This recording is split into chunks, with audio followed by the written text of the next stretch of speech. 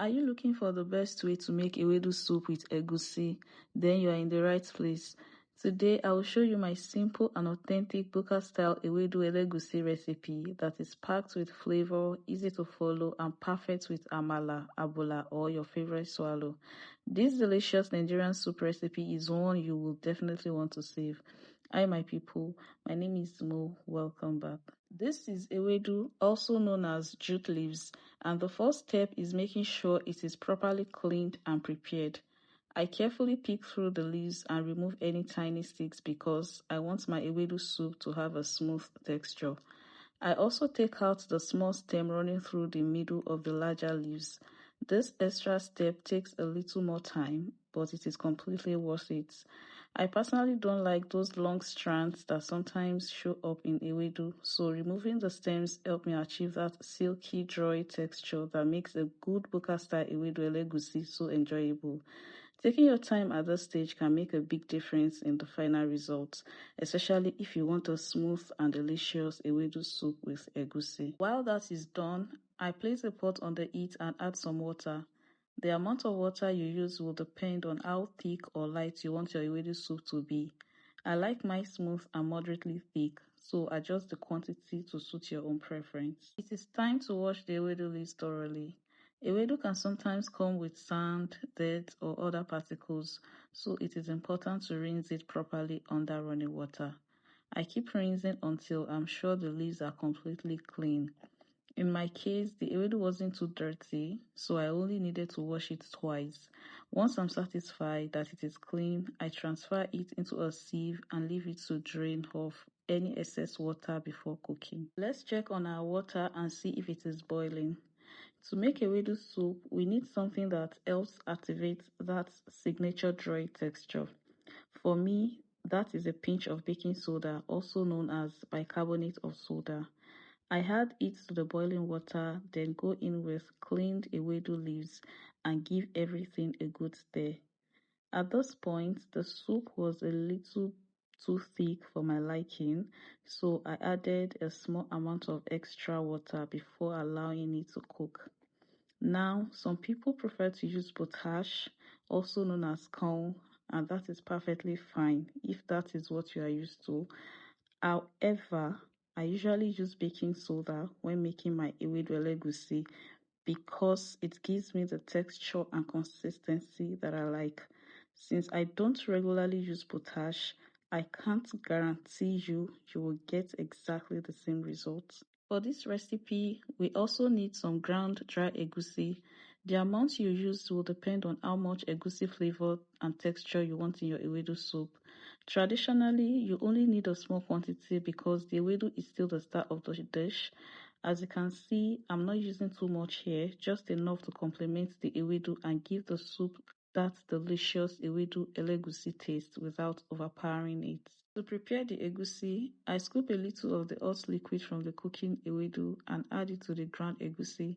You don't need too much liquid, just enough to combine everything into a very thick paste. One important tip is to avoid using cold water to mix the egusi. Using cold water can cause the egusi to scatter in the soup and you may not get that smooth, appealing result you are looking for. If there is not enough liquid in your cooking Ewedu to scoop out, simply boil a little water separately and use that instead.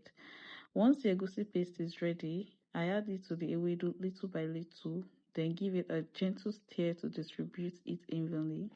At this point, you will start to see the beautiful texture that makes Ewedu soup with egusi so special.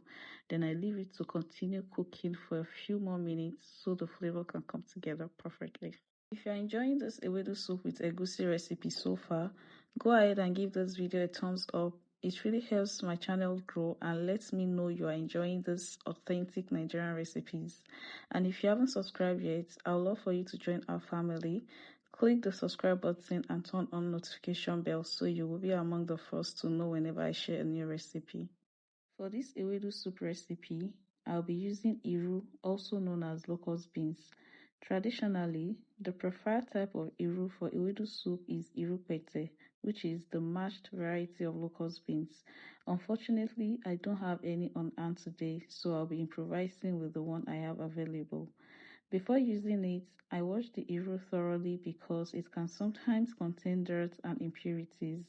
In fact, this particular batch was quite dirty, so I kept rinsing it until the water ran completely clear. Once it was clean, I lightly pounded it in my mortar.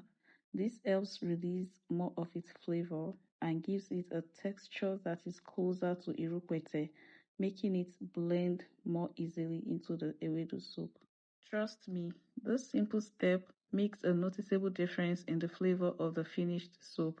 So if you don't have irukwete, which is the mashed variety of locust beans, lightly pounding your iru is a great way to achieve a similar result. Our ewedu soup with egusi has been cooking for about 10 minutes now, so it is time to add the pounded iru. I stirred it in gently and allow all those flavors to come together. As you can see, the egusi has formed beautiful lumps throughout the soup, and that is exactly what we are looking for. At this stage, the soup is bubbling nicely, which is one sign that it is almost ready. Another way to check for the readiness is to scoop out a few of the ewedu leaves with spoon and press them against the back of the spoon. If the leaves break apart easily, then your ewedu is ready for the next step. Now it is time to whisk. I'm using ijabe, the traditional short broom used for whisking ewedu soup. I whisk until the soup is smoother, but not completely smooth. For this ewedu wlegusi recipe, I still like to see a little texture in the finished soup. You can also take the pot off the heat before whisking. This makes it easier to whisk thoroughly, reducing splashing and helps you avoid making too much noise on the stove. I know some people use a blender, food processor, or grater when making ewedu soup, and those methods can work for regular ewedu.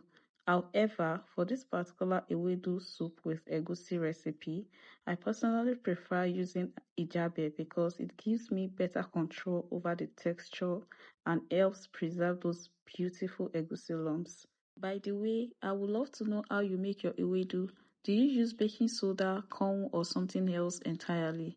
Let me know in the comments below. After whisking, I season the ewedu soup with a seasoning cube and little salt, then give everything a good mix. Just look at how beautiful and dry this ewedu wlegusi is. At this point, I leave it to simmer on low heat for about 1 minute and our ewedu soup with egusi is ready. This soup is best enjoyed with amala and abula.